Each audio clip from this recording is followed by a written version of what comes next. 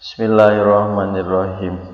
Lajengna nur ditetepkeun di Adam diamanatkeun, lajeng Kangjeng Nabi Adam alaihi afdhalus salam dilebetkeun ka sawarga pitempateun anu mulya. Malaikat diparentah kedah sujud teu ngabantah, sadayana pada taat, sadaya pada ngahormat. Lajengna eta cahaya ti Adam ngalih ka Hawa, tidinya cahayana ngalih ka Nabi Sisnu dipilih.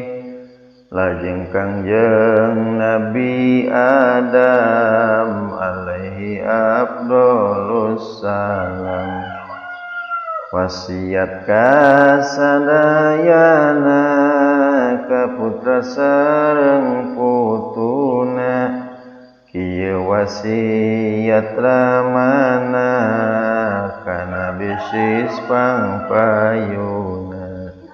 Nabi sis eta cahya Nabi anu mulya, ulah dilalaworakeun ku maneh munduh pindahkeun ka istri anu bersih, anu suci masing rapih.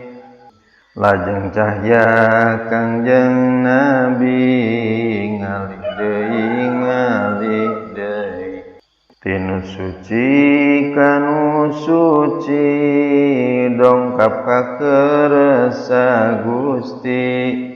Ngalihna eta cahaya ka Abdul Muthalib teya, ti Abdul Muthalib ngalih eta cahya ka Abdullah, ti Abdullah ka garwana Siti Aminah wastana.